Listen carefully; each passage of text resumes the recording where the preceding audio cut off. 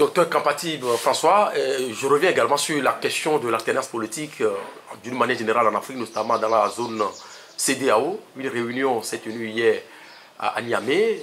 Le président de ce pays, Issoufou Mamadou, a tenu un discours, un langage tellement très fort. Vous êtes politique avisé. Quel commentaire faites-vous de ce qu'il a dit? Mais il est extraordinaire, ce type. Et le choix du Niger par le NDI pour la tenue de cette conférence n'est pas fait au hasard. Ce n'est pas fait au hasard. Le Niger, aujourd'hui, sur le plan des critères objectifs de l'ONU en ce qui concerne le respect des règles démocratiques, est premier. Au-delà même du Sénégal et du Mali et tout ce que vous dites. C'est le Niger qui est premier. Et c'est pour cela que le NDI a choisi d'organiser ce forum chez lui. Et il n'a pas déçu. Il a cité une phrase de la Constitution nigérienne, l'article 47 de la Constitution nigérienne, qui stipule bien que le mandat présidentiel est de 5 ans, renouvelable une fois. Nul, en aucun cas, nul, ne peut faire plus de 2 mandats et ne peut même pas proroger. C'est-à-dire que si tu as fini tes 5 ans, tu ne peux pas proroger. S'il y a des circonstances qui font on mettra une transition. Mais toi, tu ne peux plus proroger. Et il l'a cité devant les gens. Ça a suscité des applaudissements. Et il a dit qu'il a foi en la démocratie. Et c'est ça l'avenir. Il a récité Obama aussi qui dit qu'il faut mettre en place des institutions fortes, pas des hommes forts. Bon, avec le jeu de mots, chez nous, nous préférons un homme fort. F-O-R-T comme F-A-U-R-E.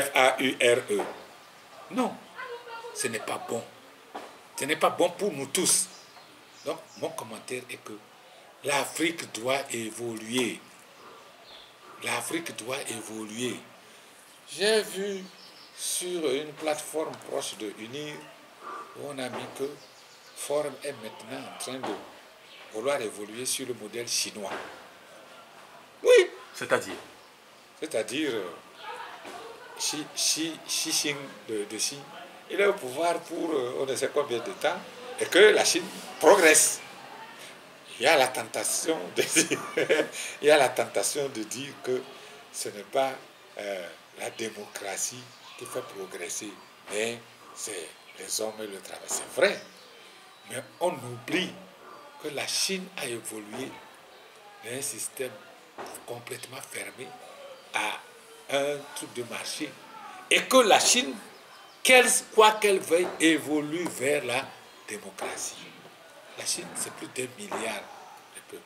C'est vrai que c'est difficile. La démocratie pure est la méthode la plus difficile à mettre en œuvre.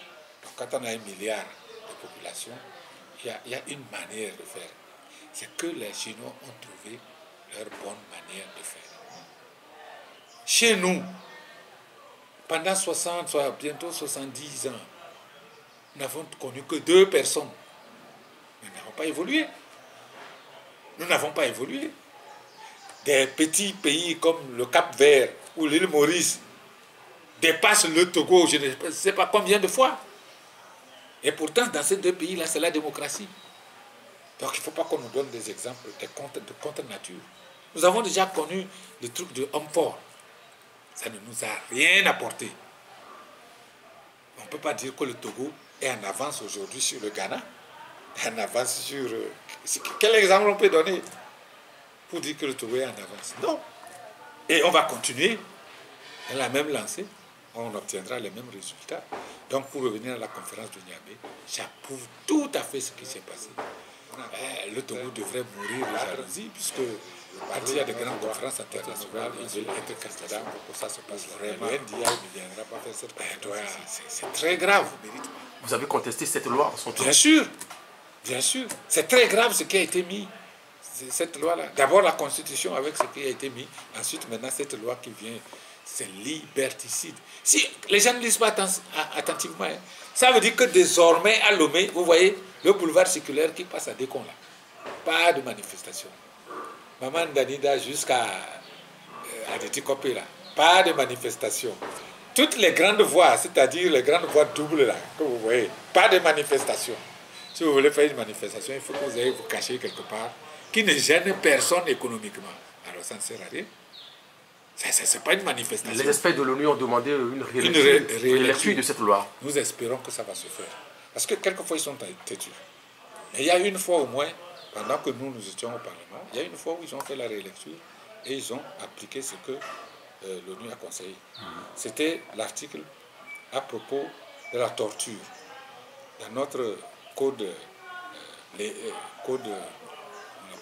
Pénal? Code pénal. Oui. Le nouveau code pénal, on a changé beaucoup de choses. Il y a eu beaucoup de progrès. Par exemple, on a définitivement enterré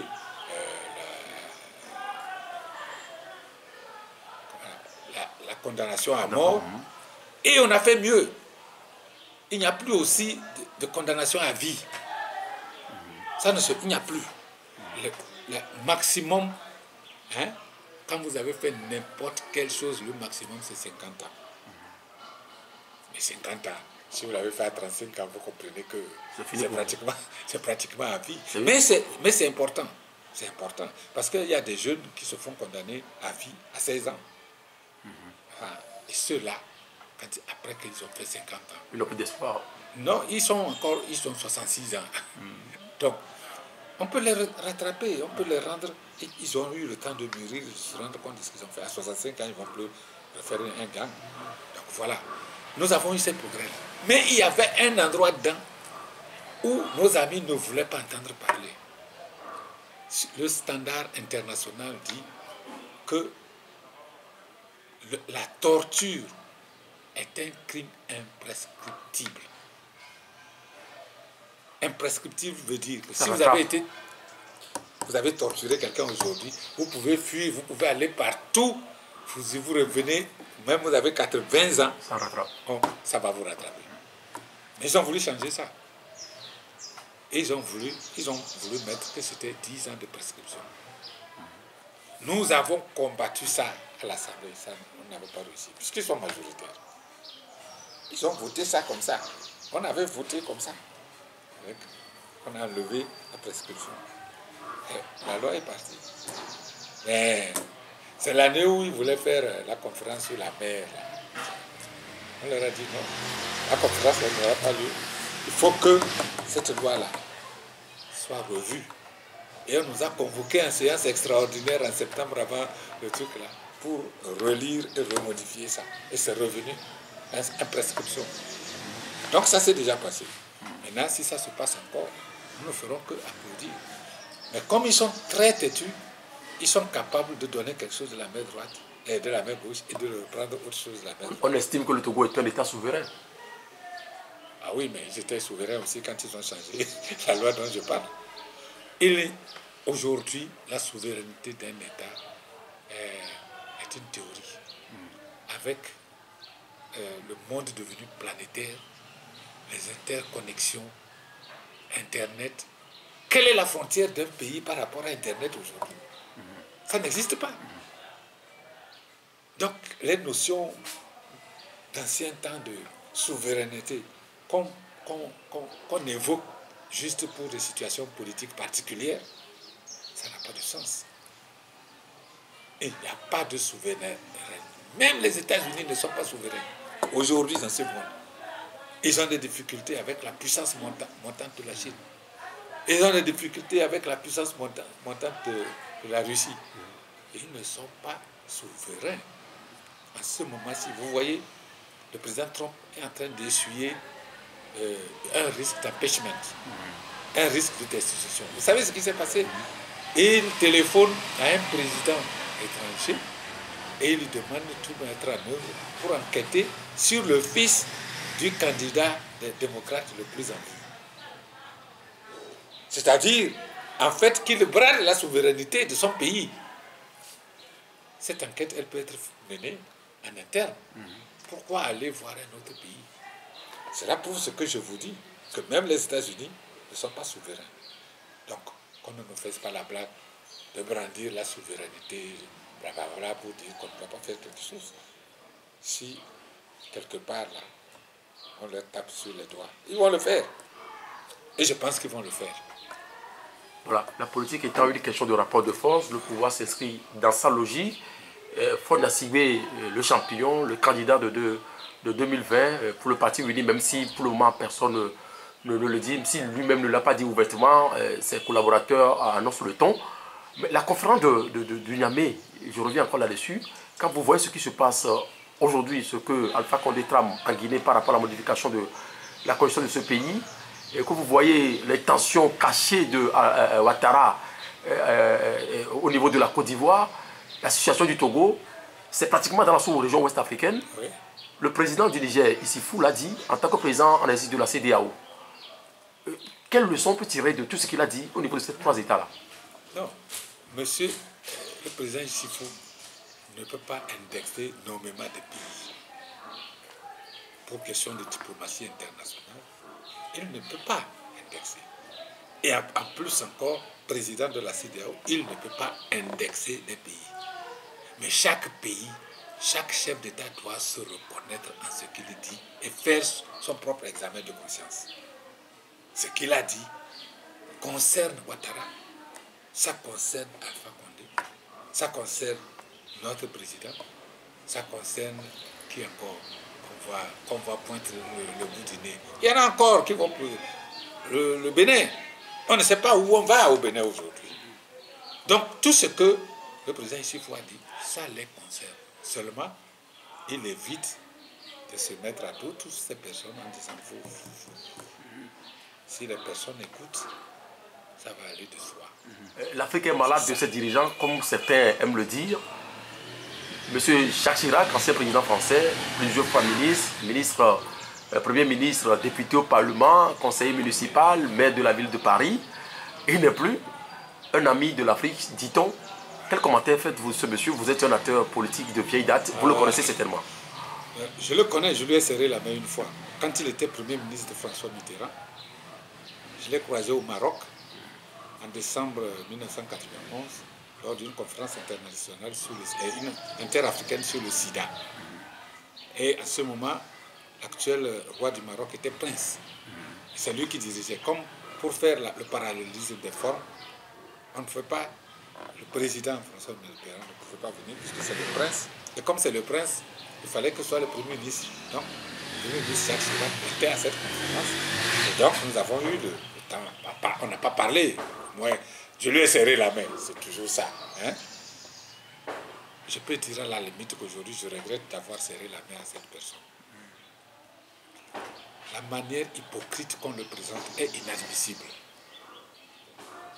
Il a été l'ami des intérêts de la France en Afrique, à travers la France-Afrique.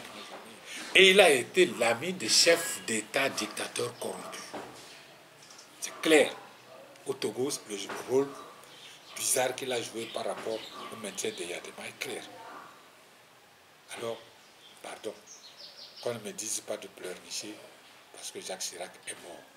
Qu'on ne me dise pas de l'encenser. Il a eu certainement des aspects positifs. Il a eu certainement. Il a dirigé la France. La France a de quoi lui reconnaître un certain nombre de choses. Mais pardon, pas moi en tant que Togolais, et pas nous en tant qu'Africains. Jacques Chirac n'a jamais été l'ami des Africains. Il a été l'ami des dictateurs africains et l'ami des intérêts occultes de la France en Afrique. Aujourd'hui, vous menez le combat pour que l'alternance soit de mise au Togo, pour que l'Afrique devienne un continent indépendant réellement. Au Togo, aujourd'hui, les écoles ont repris, la grève des enseignants, des EV, enseignants volontaires, inondation ici, problème de santé ici. Il y a pas mal de problèmes. Quel commentaire faites-vous peut-être pour Le Togo va mal. Le Togo va mal. Le Togo va mal. C'est ça la situation. Et ce qui est le plus triste, c'est que les Togolais ne semblent pas s'émouvoir de cette situation. C'est ça. Vous voyez, même avec la montée du 19 août 2017, même au moment où on a réuni dans la rue presque 1 800 000 personnes, j'avais toujours dit, je suis un pacifiste, jusque dans l'âme. Mais le pacifisme qui n'arrive pas à faire sortir tout le monde est un pacifisme timide. Et ça ne pourra pas nous faire avancer. J'ai toujours dit, le jour où 2 millions de Loméens sortiront dans la rue, le régime tombe le lendemain. Je le répète encore. Et au fil du temps, j'ai comme l'impression que les émigrants se contentent de leurs petits sous. Les femmes du marché se contentent de leur misère. Les paysans se contentent des ristournes qu'on leur donne. Et surtout les gens de l'administration, ils se contentent de leurs petits salaires et ils croient que tout va bien. Et dans ces conditions-là, notre travail de veilleur de la conscience devient très difficile. Très, très, très difficile. Mais ce n'est pas pour cela que nous devons abandonner. Il faut qu'on continue de travailler ensemble, de montrer aux gens qu'il y a mieux à faire, que notre pays peut aller mieux si on s'organise. Si tout le monde prend conscience de ce qu'il faut faire, nous pouvons mieux faire. Et l'une des choses, c'est introduire dans notre pays l'alternance de façon définitive. Qu'il n'y ait plus velléité d'une personne qui veut rester au pouvoir plus de 5 ans, ou même qui veut partir et revenir. Même partir et revenir, on n'en veut pas. Et il faut qu'on arrive à inculquer ça aux gens. Et que tout ce qu'on va faire pour y parvenir, qu'on le fasse pour y parvenir. Maintenant, si ce n'est pas des élections que ça arrivera, c'est le moins coûteux par rapport à la vie humaine. C'est le moins coûteux, il faut le savoir. Hein? En Gambie, c'est ce qui s'est passé, c'est le moins coûteux. On n'a pas eu à tuer des gens. Hein? Mais ce qui s'est passé au Soudan, avant la transition, on voit bien. Ça a coûté la vie de centaines de gens.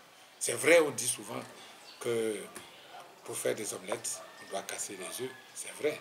Mais si on peut éviter de casser les œufs, on éviterait. Voilà. Parce que moi, je suis pour la paix. Je dois le dire, je ne suis pas pour une révolution sanglante. Non, ce n'est pas mon option. Maintenant, si ça arrive et que ça peut apporter le changement, j'applaudirai. Mais ce n'est pas mon option. Docteur François Kapati, si vous avez peut-être un dernier mot pour finir cet entretien, que direz-vous? Alors, mon dernier mot, je reviens sur la situation politique dans notre pays. J'en appelle à chaque conscience. J'en appelle à tous les Togolais. Ce n'est pas seulement les leaders de l'opposition. Les Togolais, les gens qui passent leur temps sur les réseaux sociaux à se chamailler, qu'ils prennent conscience que d'abord, on ne fait pas la révolution à travers les réseaux sociaux. Les réseaux sociaux est un outil pour préparer la révolution, mais ça ne peut pas constituer l'endroit de la révolution. Or, voilà ce qu'on fait. Tout le monde, il va de soi. Ah, moi, je pense que c'est ceci. Moi, il écrit. Le jour où on leur dit d'aller dans la rue, ils disparaissent. À ce rythme-là, on n'arrivera à rien du tout. Donc, je le dis à mes frères togolais, s'il vous plaît, remettons-nous au travail. À nos frères qui organisent ce truc, mettons-nous ensemble pour obtenir les conditions idoines pour des élections transparentes au Togo. C'est la voie la moins coûteuse. Maintenant, si la révolution peut arranger les choses, pourquoi pas? Docteur François Kapati, merci beaucoup à vous pour votre disponibilité. Merci. Et à très bientôt. Merci beaucoup. Merci beaucoup.